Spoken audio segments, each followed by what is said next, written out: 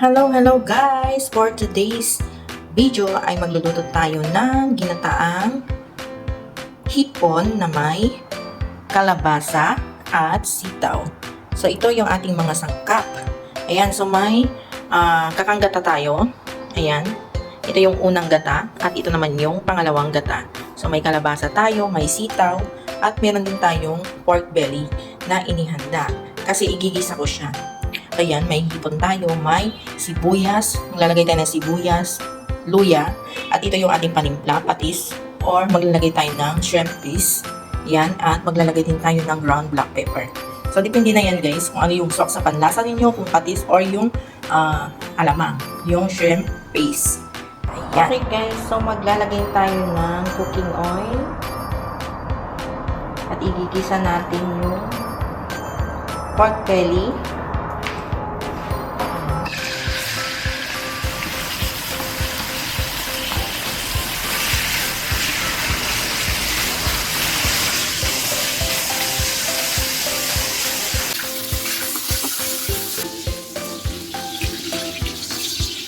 ilagay na natin yung luya at sibuyas. Sabay-sabayin na natin.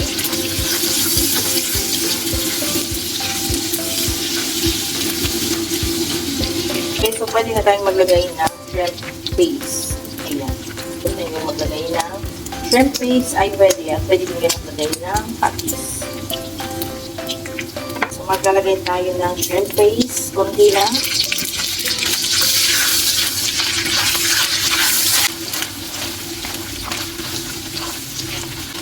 Para lumasa yung ating and so, pwede na natin ilagay itong hipon. Isa lang natin sa saglit yung hipon. Saka po natin hanguin para hindi masyadong ma-overcook yung ating hipon.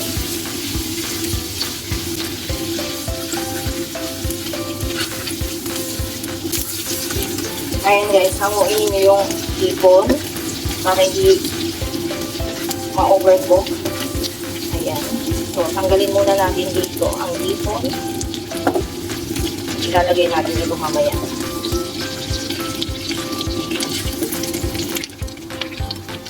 Ayan, nilagay natin itong pangalawang iga ng gata.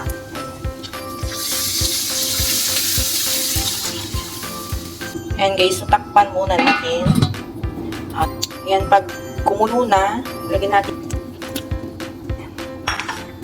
Takpan ulit natin. Ayan, so takpan ulit natin guys. At palambutin. Ayan, so yung una, para madurog siya, at pagkamula yung ating ginataang. Diba? Ayan, so takpan natin ulit. Ayan, check natin if okay na yung kalabasa. Kung malambot na. Pwede na.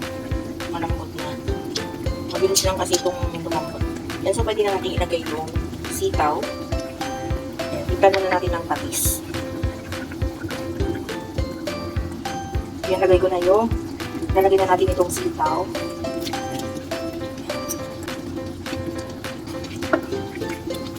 So, takpan natin.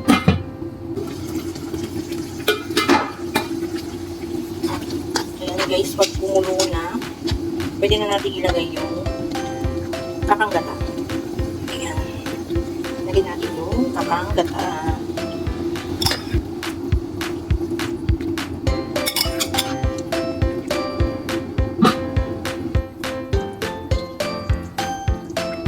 Pwede na natin ilagay yung hipon.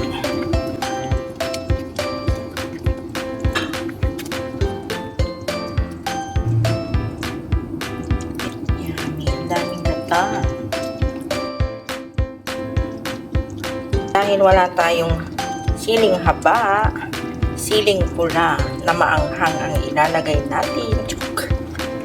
Ayan, so maglalagay lang ako ng konti guys para umanghang ng konti. Ayan. Ayan na guys, yung ating ginataan na hipon.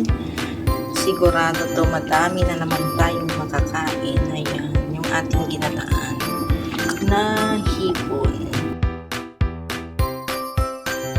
Ayan guys, so luto na yung ating ginataang hipon na may kalabasa. Ito yung aking dinner guys.